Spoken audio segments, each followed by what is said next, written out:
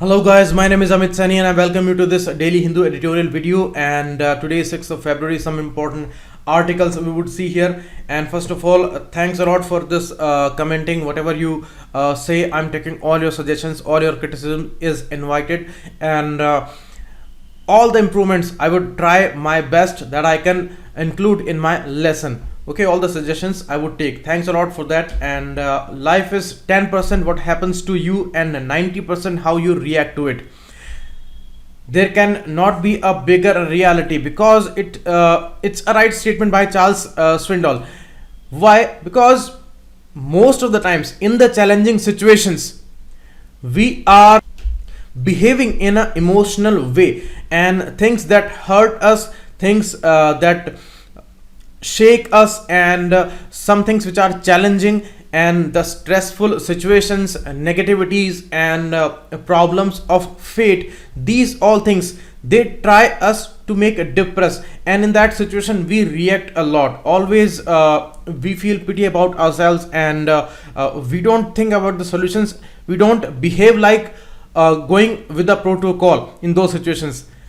Actually, what you need to do, you need to go like a robot in those situations where you have an algorithm and you know the way that this would alleviate your problems. There is the path. So this is how I'm going to do my job. So these emotions should not affect your performance. In the tough phases, in the challenging phases, go unaffected by these emotions, go unfazed. And these emotions are important. They can motivate you a lot. And in this psychological struggle, you see, it is a psychological struggle mainly with this UPSC preparation. So these emotions can play a very important part in boosting you, in achieving you this goal with an enthusiasm. So these motivations, these emotions, they should be positive, they should not be negative. That is the message here. And these reactions should not be there. Next, about the StudyIQ Pendrive courses, call on these numbers and you can buy them. You can ask any kind of doubt regarding these courses. Next are these words that I found on today's newspaper, in these articles, and try them in sentences and find their meanings and editorials today.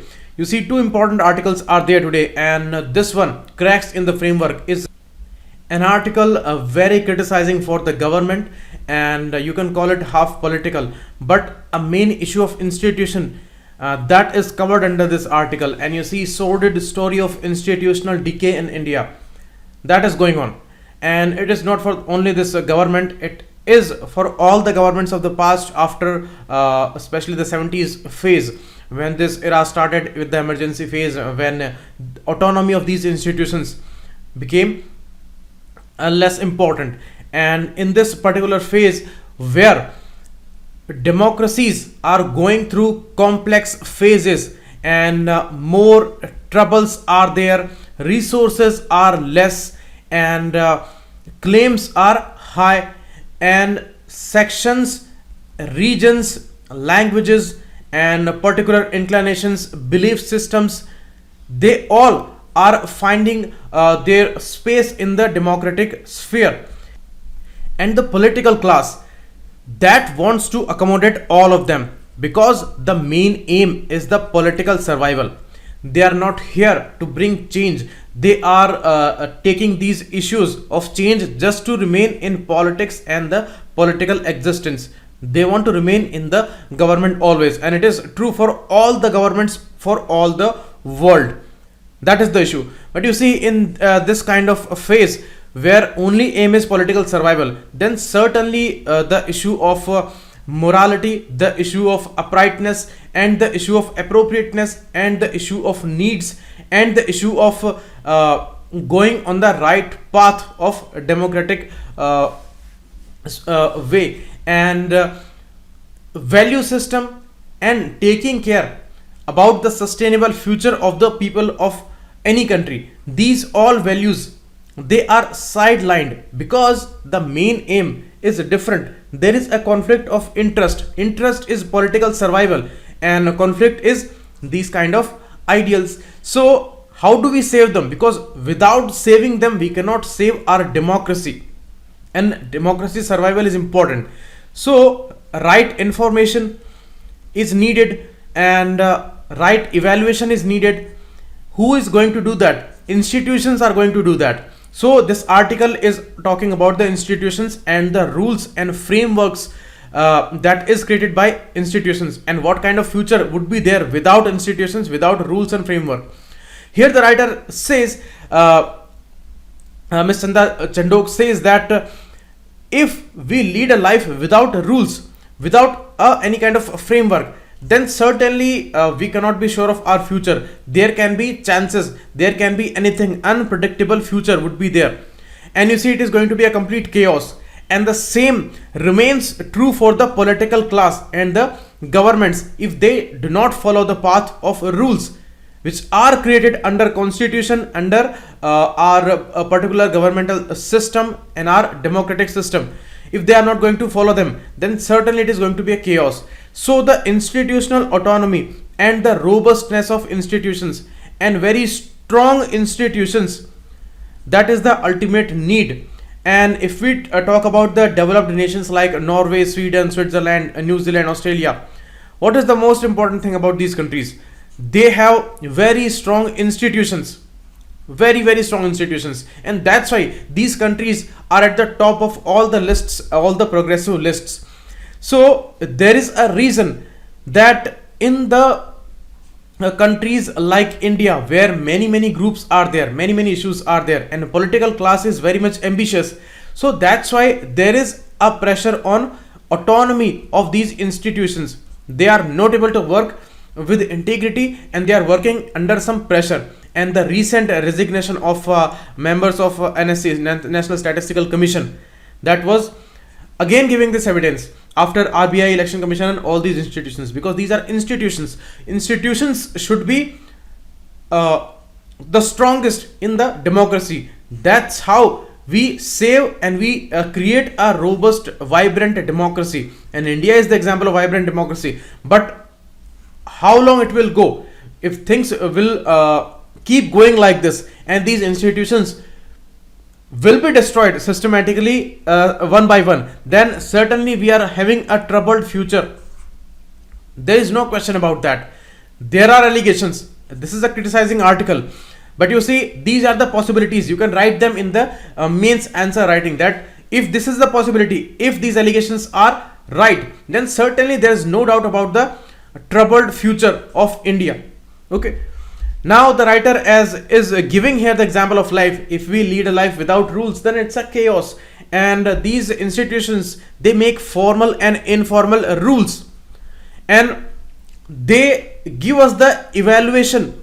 They give us right information, right data, so that we can assess the performance of these governments and how they are working.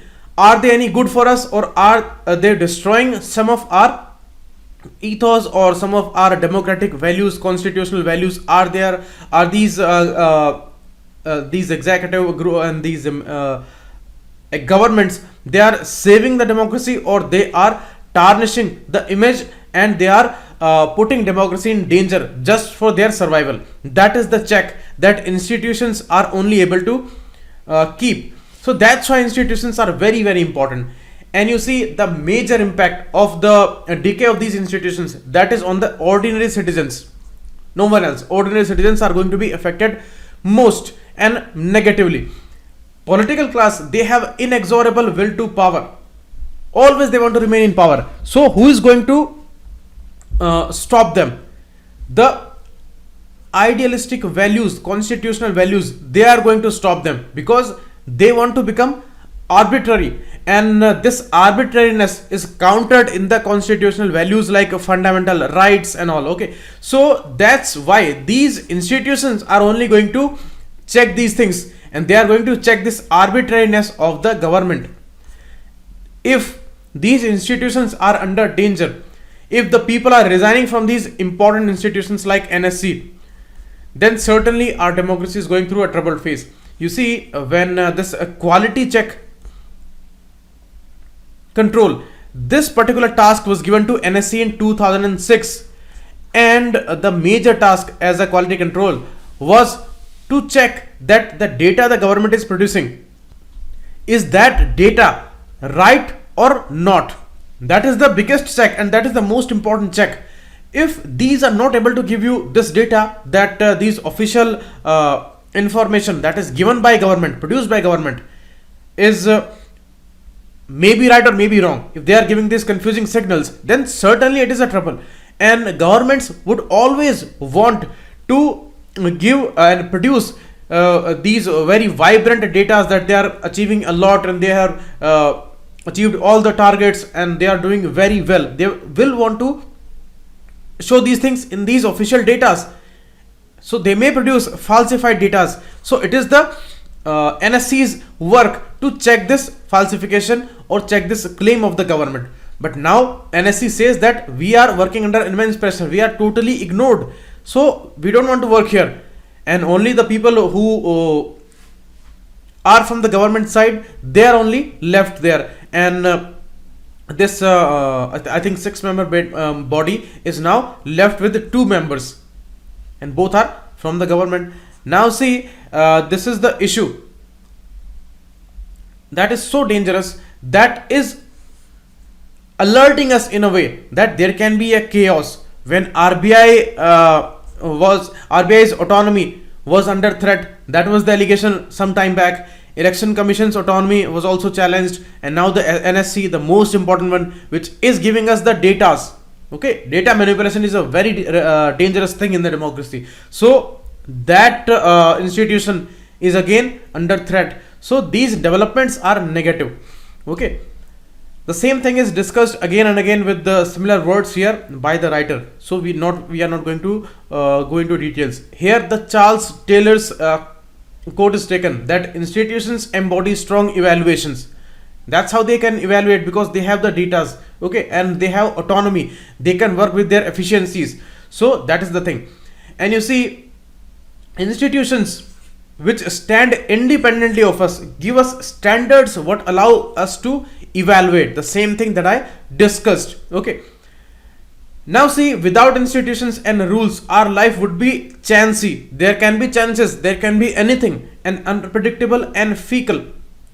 Our future should be robust, our future should be confident, but without data, without these institutional support in the democracy, things would be unpredictable. Anything can happen, any kind of legislation they may bring, because they have majority, so any kind of rule that may appear. So things should not be like this. Things should be predictable, because we are running a system, and in the system all kinds of speculations, all kinds of data are available to support the confidence of the future, confidence of the people for future. So that should not be there, that there is some kind of unpredictability, but that can be there. And you see, rules, of course rules can be and are unfair, we can say that, but we can struggle against rules. But how do we struggle against the falsified documents? How can we struggle against the powerful government if that becomes arbitrary and institutions are not working? If this kind of situation is true, then certainly this is a problem. We do not have to commit murders to get the ruling dispensation out of the power. If we have institutions, then we don't need to struggle. We don't need to bring road protests. These institutions only will take care of everything. That's why it is important. In a world stamped by the decline of institutions and the exercise of arbitrary power, the only way to dislodge a government is through violence. That is true. If institutions are not working, then only way left is violence. You suppose a condition where a government becomes total arbitrary and total tyranny is going on in any country, and all people are they are left in a very weak position. They cannot do anything. They are out of jobs, they don't have much money, and they all are behaving like slaves because the government has become tyrannous. Maybe that you suppose a condition is there, then what is the way left for those people? Only way left is the violence. They would come on the road, as we have seen in many countries. These kind of examples were there, but fortunately there has been in no condition in India till today that institutions are totally a failure. there has been a lot of incidences of immense pressure and the compromise of autonomy of these institutions. But certainly the road protest by common public, that is going to be a real trouble if institutions are not working. Okay. So civil society, human rights organizations have been pulverized by blockage of funds, raids and arrests. These things are going on. We have seen these things. People are being picked up from their homes and on the charges of National Security Act, sedition charges. These are huge charges. And on one side, the mobs are killing police inspectors, common people, on the name of cow, holy cow, on the name of tradition, and we don't see much activity there from the government. So that's a real troubling situation. So institutions are necessary. We need to make them robust, and Indian constitution is only upheld because of the constitution. You suppose if there is no human rights commission, if there is no election commission, if there is no statistical data available, if there is no RBI, and only government is tackling all these tasks, and maybe through bureaucracy or maybe some other private institution, they are doing all these tasks, then how much reliable this democracy would be? So institutions are the symbols of reliability for whole world about India. They are trusting India because of its robust institutions. If institutions are under threat, then certainly within a few weeks we would see the reaction from the international community and international institutions, because they care most about the institutions of any country. If those are under stress, then certainly this evaluation of our country is going to be very negative, and certainly again the government would deny that we don't subscribe and we don't accept these kind of assessment for us. So that is the common thing. Next article, I have discussed everything that is written here, and one more thing that is given here, that constitutional framework does not provide thick or substantive conception to how we shall think and what we shall believe. The way nationalistic rhetorics are going on, and we see a behavior by politicians and some particular groups which are speaking the way they have some kind of Manoj Kumar's movies scripts, where Bharat Mata, Bharat Mata, Bharat Mata is all we listen. That's a real these are a real gem of movies. But you see, when politically these things are used, these huge symbols are used, then certainly it's a problem. So constitution nowhere dictates these terms, that what we should eat, what we should speak, and how we should behave. Although fundamental duties are there, but constitution does not dictate these things in any way in the original text.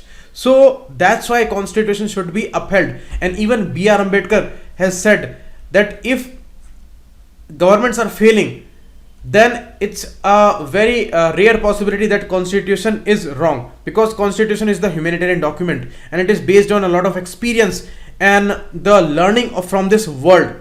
So it's a greater chance that these people who are running government, they are under suspicion, and these people are not correct people to run the government.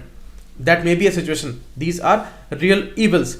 So that's why institutions are the only way which can uphold this whole system, which can check this balance of the power. Okay. Next situation, next article, a series of unfortunate missteps. It is regarding the Kerala situation, where last year it was a havoc, a natural havoc that was inflicted upon the state of Kerala, and incessant floods were there. Many people lost their lives, and mainly the destruction that followed.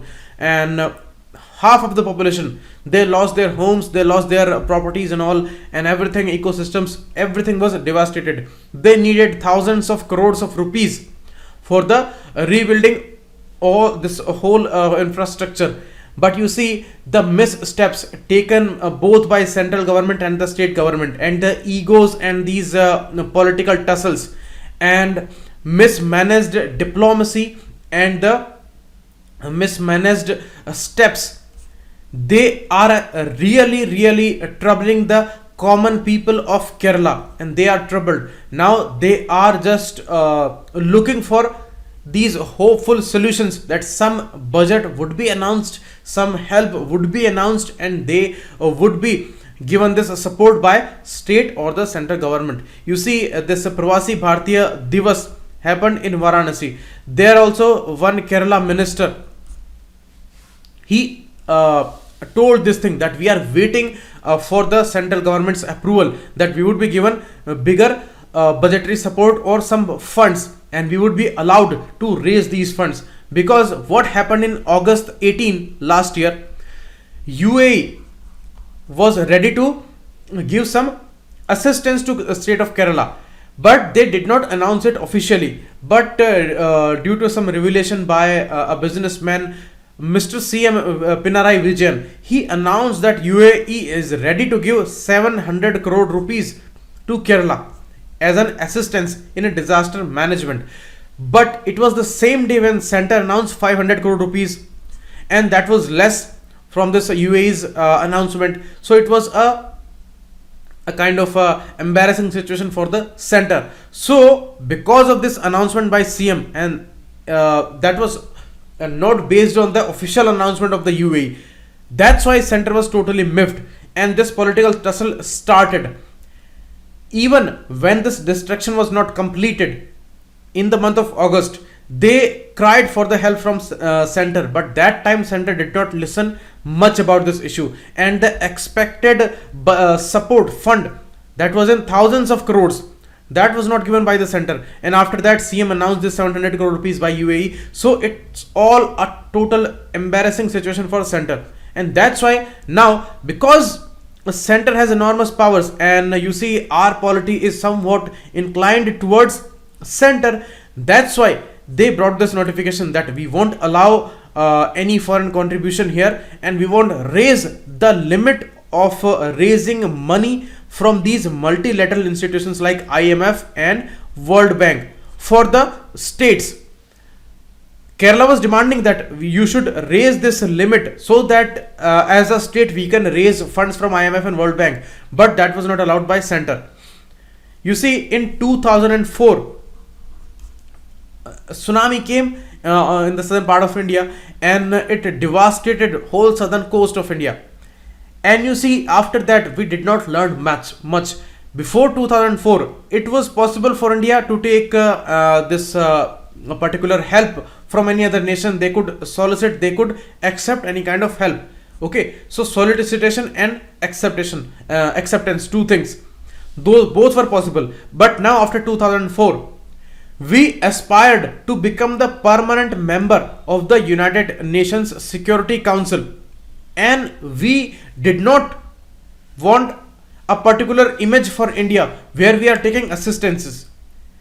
We wanted to create an image where we are giving assistances to some other country, to some poor country. So we want to prove that we are a big nation, so that many other countries would support our claim to become the permanent member. Right now there are P5 countries, USA, UK, and France, China, and Russia. Okay, Japan is not there, and India is also not there. Germany is also not there. So these are the countries who are in line. Japan does not care much about this, but Germany certainly. So India is aspiring to become the permanent member, and India wants the veto power the way these P5 countries have.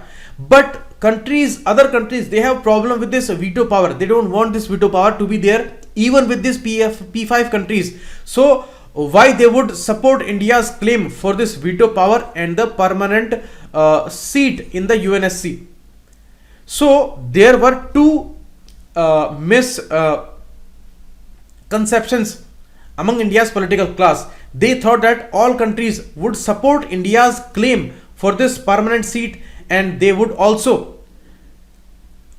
bring a lot of pressure on these P5 countries, where they would come under this pressure, and they would allow India to become a member of UNSC as a permanent seat. Okay, so now what followed? That was not possible for us. So in 2016 we brought some rules that we will not solicit.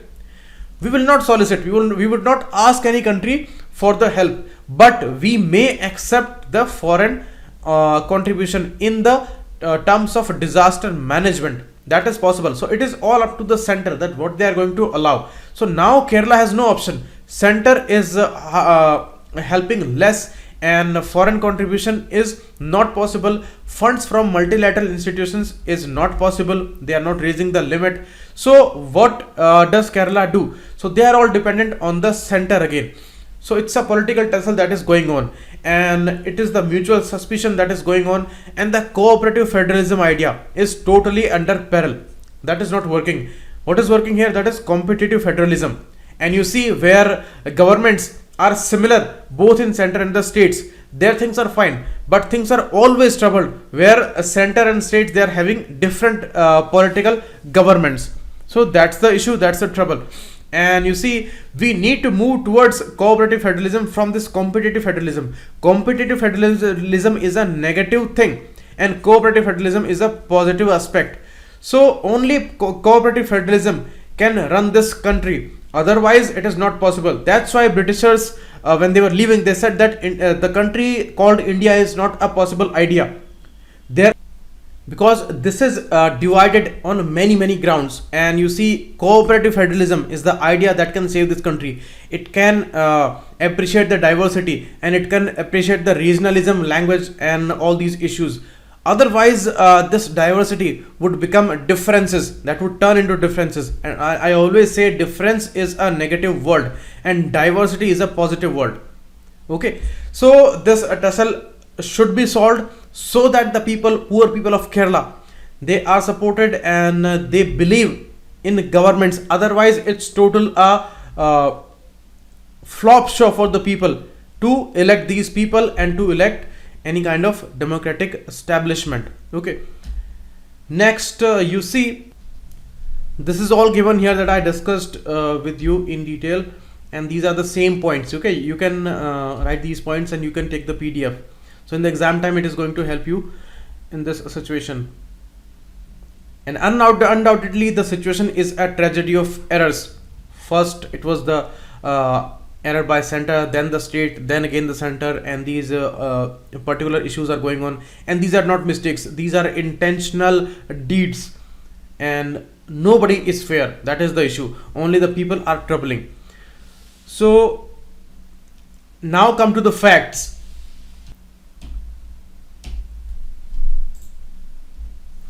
100% use of VVPAT would be there for the Lok Sabha polls. This is allowed now because a lot of issues are going on and the voters' confidence should be upheld, and VVPAT was a solution for this particular problem.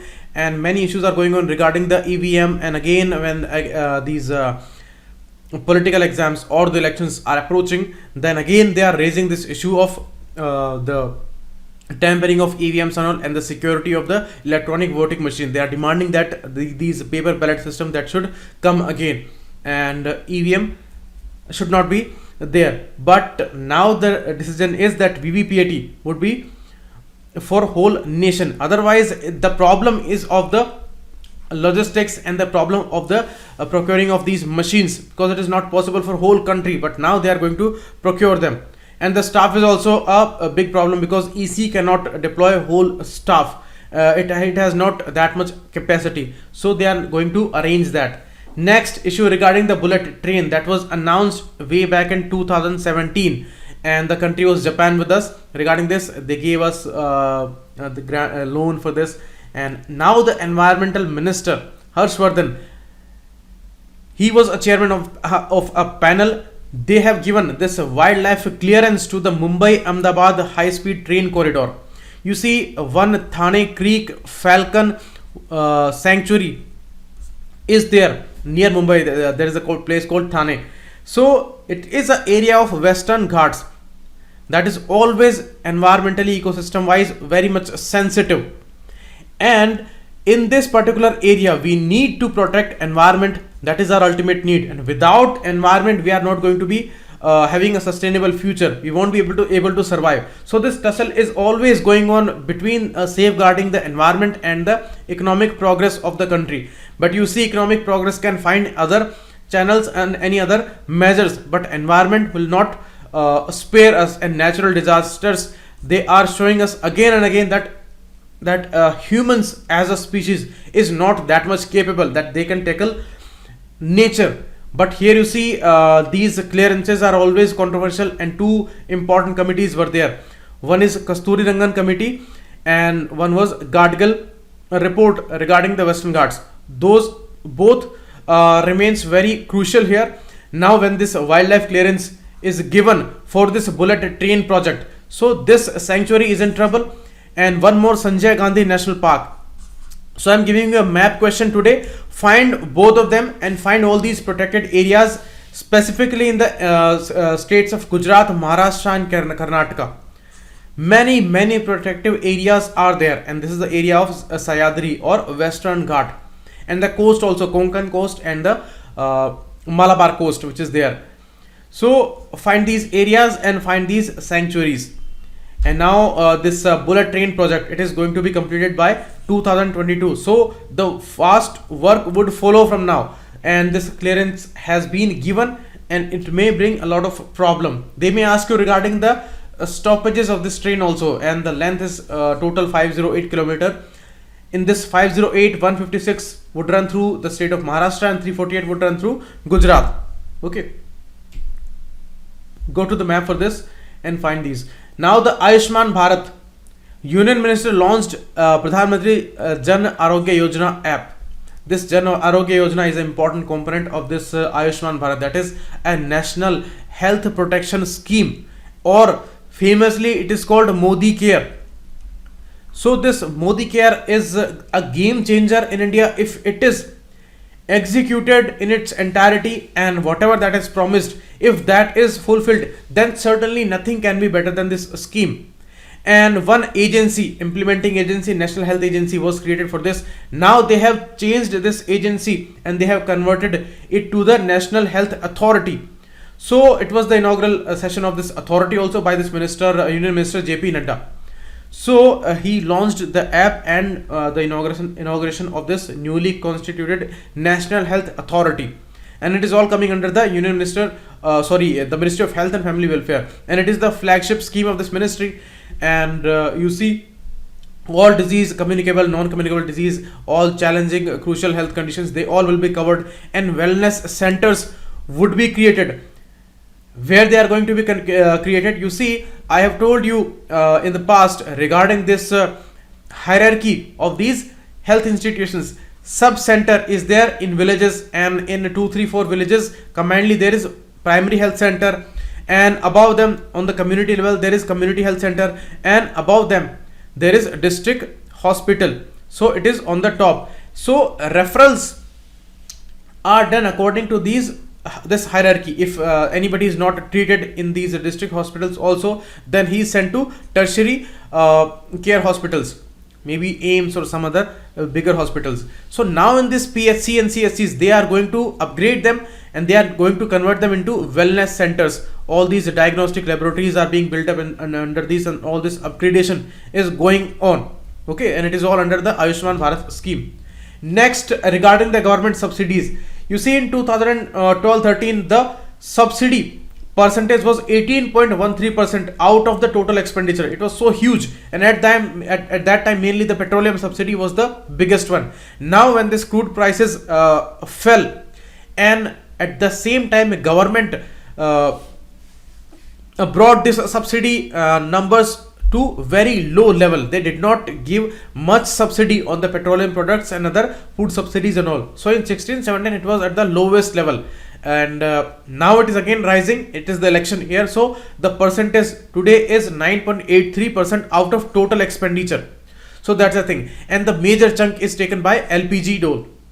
Okay, so petroleum subsidy is less, but it has also risen somewhat in this year, in this budget year of 1920. But the food subsidy, that is coming towards the a low number. So this is regarding that, and subsidies are always putting pressure on the economy, and subsidies are never a good idea according to the economist, but they need to provide them for the poorer people of India. And you see, subsidy rationalization is the most important concept here, because in the country like India subsidies are necessary, but the rationalization of subsidy is going to help. It is only going to help here.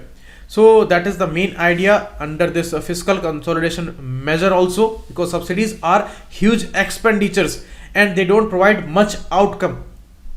Okay, next, these are MCQs. Try them, put their answers in the comment section.